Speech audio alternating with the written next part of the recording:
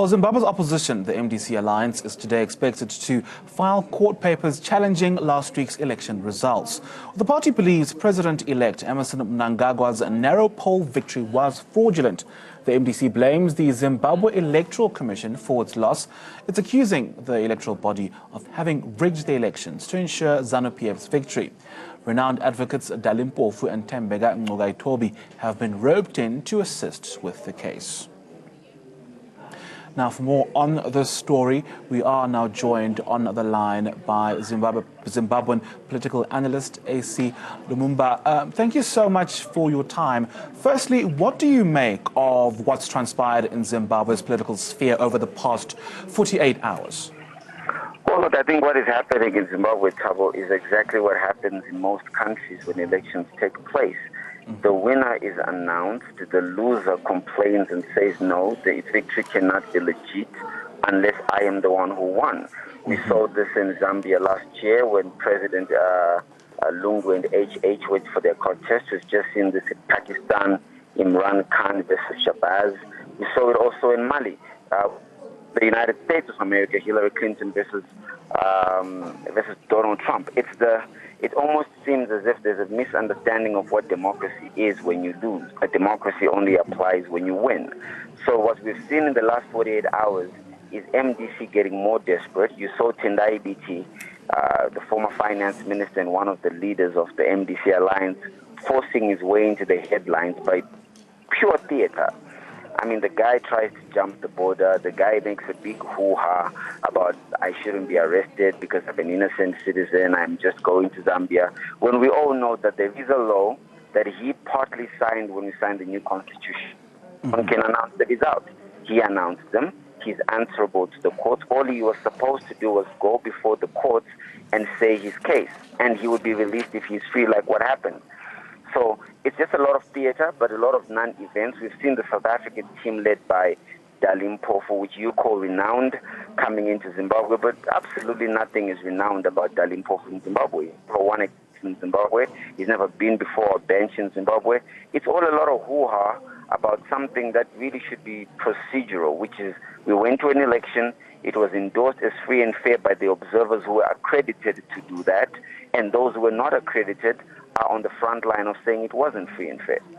But what about what the MDC is saying, that they've got legions of evidence that indicates fraudulent activity at the hands of the Zimbabwean Electoral Commission? And, what about that? What does that do to their case? I mean, legally speaking, they are mandated to challenge the results, one could say. So anybody is allowed to challenge the results. Like I said, it's a procedural affair. If anyone has a disagreement with the results, there is a process by which you do that, and the Constitution allows you.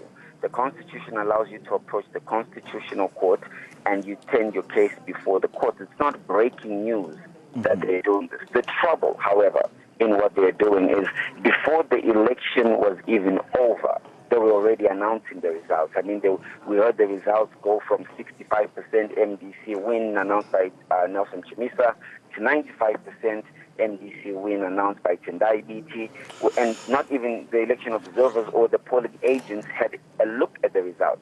When you put up a claim and you say, no, we believe we won and we're being cheated, you have one fundamental responsibility, which is to provide evidence.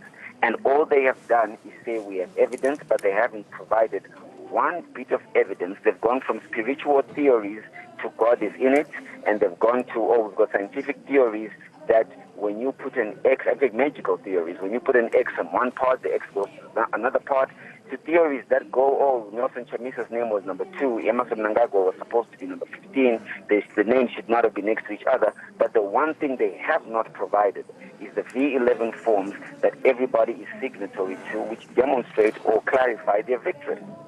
Now, in light of what you've said here, political maneuvering, what would the rationale be, behind the MDC approaching the courts to challenge these results? Because, as you said earlier, they might be, they're entitled to challenge the results. But in light of what you've also said regarding, politicking, and we all know the back and forth, that goes on amongst political parties, what would the rationale be from MDC's point of view for challenging these results if they know that these elections were free and fair and that they were observed, they were scrutinized, and ZANU-PF did in fact claim the outright victory here? So ultimately, it's desperation, and you must be able to put history in context. In 2008, when the MDC lost the elections to ZANU-PF, and I agreed it was a contested election, Tendai Biti was first to come out and say, let's go on the street and let's take over the country by force. In 2013, when they lost, Tendai Biti did exactly the same thing. But the trend that is worrying is anytime MDC faces defeat, they never accept it, including internally. When Tendai Biti lost his election to Secretary General internally, he went on to start his own party. When Akam Tambara suffered the same fate, started his own party. Professor Washman Ngube started his own party. Never in the history of MDC do they have the capacity to agree or understand that you can actually not be popular as you think. I'll give you one more further example. If you look at the MDC primary elections that they held before the general election, it was the most violent election we have seen in the country under this electoral cycle. And not a single person in MDC agreed that they lost, to the extent where MDC had over 10 candidates who were fielding in the same seat under the same party because they said we both won. This demonstrates to you that you're dealing with a political party that has no respect for the order of democracy, but neither do they have the understanding of it. It's just a lot of hoo-ha. The world wants to move on. Zimbabwe wants to move on. This is why world leaders have endorsed the Mnangagwa victory, including world opposition leaders like Julius Malema in your country, have said, and accept the result, let's move on so that Africa can be a better continent. Now, I want to go back a little bit. I know it's quite overdue.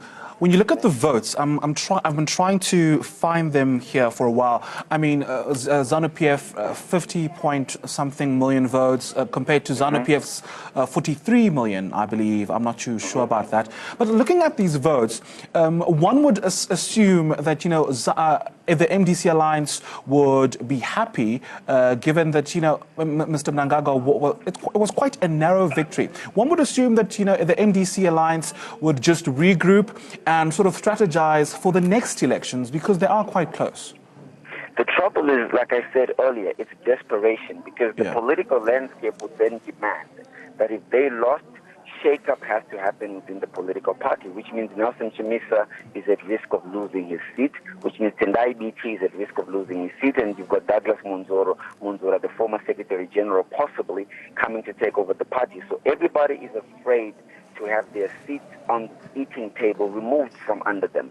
So they will make desperate plays. But you're absolutely right.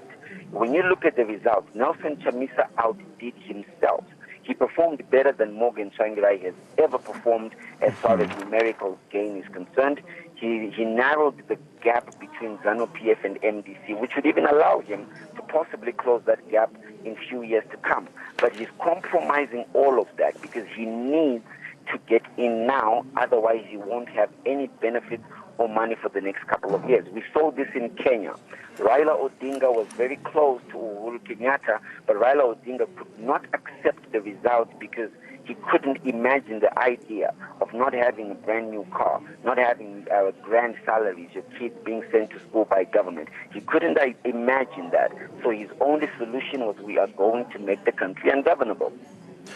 All right, now ask one more question regarding those election results. I know I might seem a little outdated, but really better late than never. But then, do you think that former President Robert Mugabe did in fact vote for Mr. Nelson Chamisa, or, as he said in the previous press briefing, are we inclined to believe him when he says, when he showed his intention, expressed his intention to vote for Nelson Chamisa?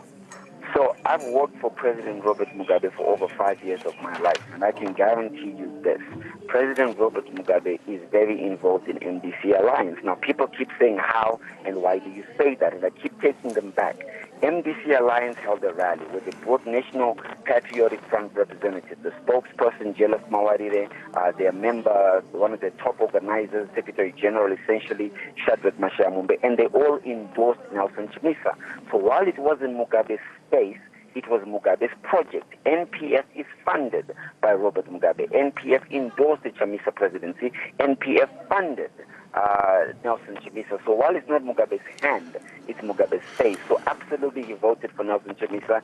He said he was going to. He funded Nelson Chamisa because he cannot afford, like Nelson Chamisa, to imagine the next 5 years and he's not on the eating table.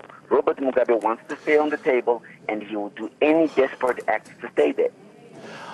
And lastly, before I let you go, what do you make of President-elect Emmerson Mnangagwa's, deciding to intervene in Mr. BT's case? You've got some criticism saying that, it's intervention. He's intervening in the justice system, the judicial system. And you've got others saying, well, he's just being strategic here. What do you make of that? I think the interpretations are largely sensational. What President Emmerson Mnangagwa is doing is he is being presidential. When you have a situation where international press, international governments are asking you as the president of the country, what is the situation with a political opponent who is seemingly being arrested, it is the president's duty to pick up the phone and ask the systems that what is the status or update on this matter.